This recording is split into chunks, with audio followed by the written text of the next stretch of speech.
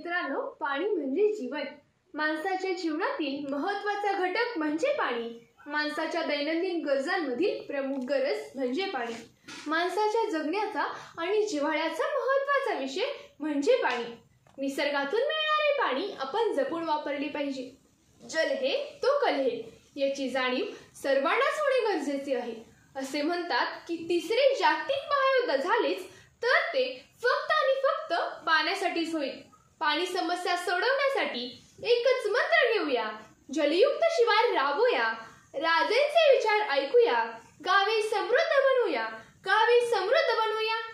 नमस्कार मंडळी, मी कुमारी तनुजा सतीश चौगुले, श्रीमंत जयसिंगराव घाटगे हायस्कूल कागलची विद्यार्थिनी आपल्या समोर विषय मांडते.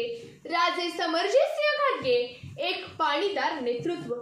सध्याच्या काळात कुठे कुणाला अडवायचं व कुठे कुणाची जिरवायची अशा परिस्थितीत पाणी अडवा आणि पाणी जिरवा असा विचार करणारं वैभवशाली राजघराण्यात जन्माला येऊनही समाजभान आणि समाजमन असलेलं राजर्षी शाहू महाराजांच्या विचारांनी प्रेरित झालेलं सहकारातील दीपस्तंभ स्वर्गीय राजे विक्रमसिंहजी घाटगे यांच्या पोटी जन्मास आलेलं आणि कागल मतदारसंघाच्या शाश्वत विकासाचं स्वप्न पाहणारं एक उमद आणि पाणीदार नेतृत्व अर्थातच राजे समरजित सिंह घाटगे होय.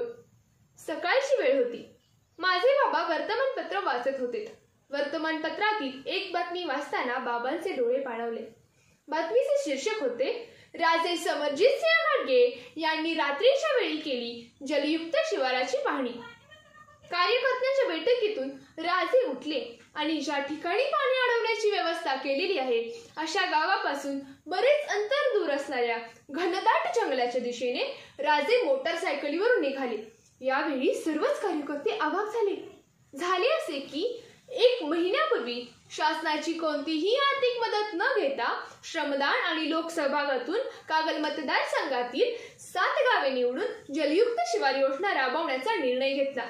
पहिल्या टप्प्याच्या फेरीतच त्यांनी प्रत्येक गावात जाऊन जलयुक्त शिवार योजनेची माहिती दिली. कागल मतदारसंघातील प्रत्येक गाव मला समृद्ध करायचे आहे. त्यासाठी राजकीय गट तट बाजूला ठेवून एकमेकांची जिरवण्यापेक्षा पाणी जमिनीत जिरवले तर शिवार हिरवेगार झाल्याशिवाय राहणार नाही. त्यासाठी आपण सर्वांनी सहकार्य करावे असे आवाहन राजेसाहेबांनी केले. जैन्याळ गावातील ही बैठक संपायला रात्रीचे 8:30 वाजले होते. त्यानंतर प्रत्यक्ष साईट पाहण्याचा निर्णय झाला. पांडव स्तोत्राच्या ठिकाणी 4 चाकी किंवा 2 चाकी वाहने जात नसल्याने पाहणी पुढे ढकलण्याची विनंती कार्यकर्त्यांनी राजेसाहेबांना केली.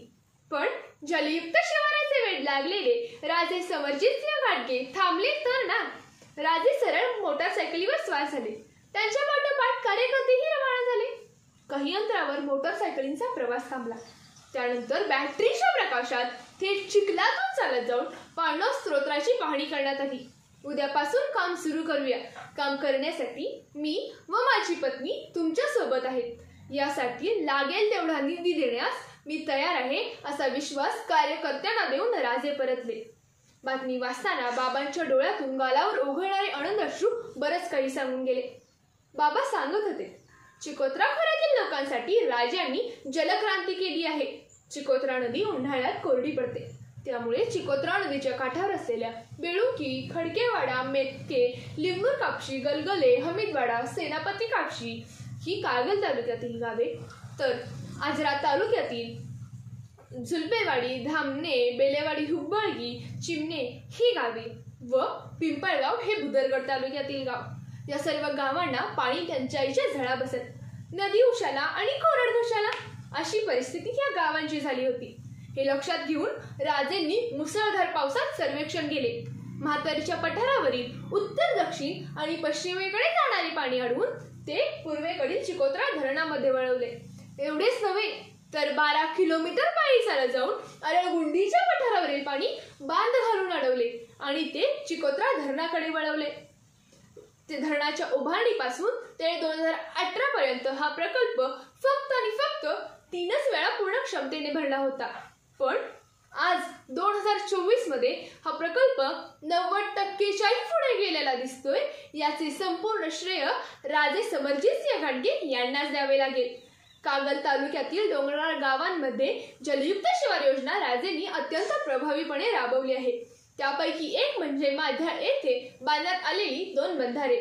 माध्याळ येथे 23 लाख रुपये खर्चून 2 बंधारे बांधण्यात आली. या बंधाऱ्यांमध्ये 19 लाख लिटर इतका पाणी साठा झालेला आहे. यामुळे माध्याळ परिसरातील 637 एकर जमीन ओलिताखाली आलेली आहे. तसेच बेलेवाडी येथील साठवण तलावामुळे 427 एकर जमीन ओलिताखाली आलेली आहे.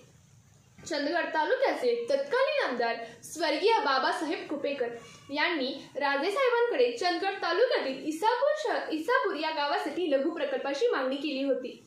या प्रकल्पासाठी 20,65,563,563 रुपये इतका निधी लागणार होता. या बंधाऱ्यामुळे इसापूर परिसरातील 337 एकर जमीन ओलिताखाली येणार होती. राजेसाहेबांच्या सतत पाठपुराव्यामुळे चंदगड तालुक्यामध्ये 1 व कागल तालुक्यामध्ये 2 अशा 3 लघु प्रकल्पांना मंजुरी मिळाली. राजेंच्या या महान कार्यासाठी मला काहीतरी म्हणावेसे वाटते. स्वतःच्या तालुक्याचा विचार तर सर्वजणच करतात, मात्र आपल्याबरोबर आपल्या शेजारचाही तालुका सुखी आणि समृद्ध व्हावा असा विचार फक्त आणि फक्त राजर्षी शाहू महाराजांचे वारसदारच करू शकतात. सलाम आहे तुमच्या कार्याला राजे, सलाम आहे तुमच्या विचाराला राजे. उत्तूर परिसराला वरदान ठरणारा आंबेओहोळ प्रकल्प 100% भरलेला आहे. त्यामुळे परिसरातील शेतकऱ्यांचे हरित क्रांतीचे स्वप्न सत्यात साकारले आहे. या धरणासाठी 227 कोटी इतका निधी राजेंनी उपलब्ध करून दिला व धरणाचे काम पूर्ण केले. तसेच अलाहाबाद येथील बंधाऱ्याचे बांधकाम बरीच वर्ष प्रलंबित होते. राजेसाहेबांनी जलयुक्त शिवार योजनेतून ते काम देखील मार्गी लावले. हळदी येथे 9 लाख रुपये खर्चून लघु पाटबंधारा बांधण्यात आला. या पाटबंधाऱ्यामध्ये 2 कोटी लिटर इतका पाणी साठा झालेला आहे. तसेच यामुळे हळदी, हळदवडे, करंजीवणे ही गावे जलयुक्त झालेली आहेत. मला असं आमच्या राजेंच्या विषयी बोलण्यासारखं खूप काही आहे. बोलणारे पण खूप आहेत, पण वेळेच्या बंधनात आज आपण सर्वजणच जखडलेलो आहोत. त्यातून मी तरी कशी सुटणार? म्हणून जाता जाता राजेंच्या विषयी एवढेच म्हणेन. कोणतेही संवैधानिक पद नसताना जलयुक्त शिवार योजनेतून शिवार फुलवण्याचं आणि गावे समृद्ध करण्याचं मोलाचं कार्य राजे आपण केले आहात.